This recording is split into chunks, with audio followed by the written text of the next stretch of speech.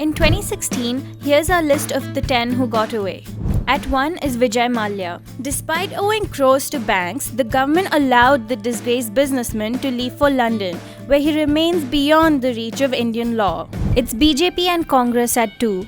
Arun Jaitley's budget smuggled in a provision amending the FCRA with retrospective effect to reverse the 2014 conviction handed down to the BJP and Congress for illegally accepting money from a UK-based firm. Third are prominent Indians in the Panama Papers. Amitabh Bachchan, Aishwarya Rai and Ajay Devgan featured in the Panama Papers list of Indians with questionable overseas bank accounts, but there has been no investigation of them. At 4 are politicians in the Sahara Birla Papers. The list of those who figure in entries that look like payoffs is a who's who of Indian politics, from Narendra Modi to Shivraj Chauhan and Sheila Dikshit, but there has been no investigation of them.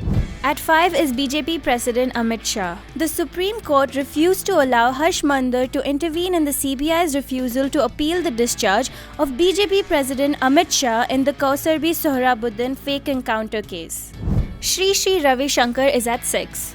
After wrecking the Yamuna riverbed in Delhi for a massive Art of Living event, the politically connected godman got away with a minor fine for a damage that some say is irreversible.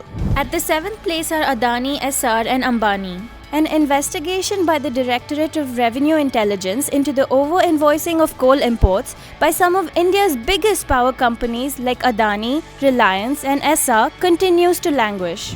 At number 8 are Madhya Pradesh's encounter corps. The audio and photographic evidence of the police in Madhya Pradesh having killed 8 prison escapees in cold blood was compelling, yet there is no investigation into the shady encounter.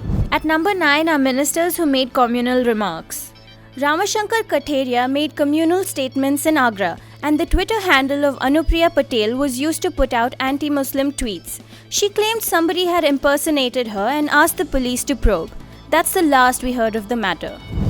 Finally at 10, it's Aadhaar. Whatever its merits, the UID scheme was given dubious legal sanction as a money bill, even as the number of services for which Aadhaar is mandatory is growing despite court orders prohibiting this.